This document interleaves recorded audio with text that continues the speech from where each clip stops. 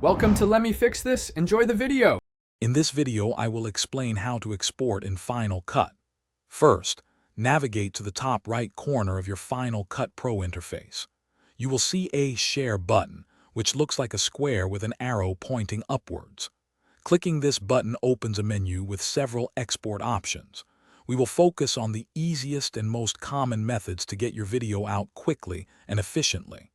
This process ensures your hard work is ready for viewing. Once you click the Share button, a drop-down menu appears. For the highest quality, select Master File. This option provides a pristine version of your project, perfect for archiving or further professional encoding. If you are targeting mobile viewers, choose Apple devices to optimize for iPhones and iPads. For direct social media sharing, options like YouTube and Facebook streamline the upload process, saving you time.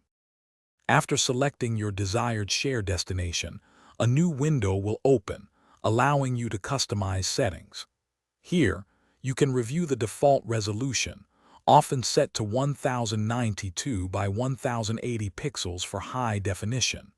You can also adjust the video codec, such as H.264, for compatibility or file size. Always ensure your output destination is correctly set so you know exactly where your finished video will be saved on your computer. With your settings confirmed, click the Next button.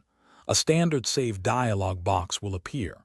Here, you will give your exported video a clear and descriptive name, then choose the specific folder where you want it saved. After clicking Save, Final Cut Pro begins the export process. You can monitor its progress in the Background Tasks window, ensuring everything is proceeding smoothly until completion. Thanks for watching. If you found this helpful, don't forget to like and subscribe.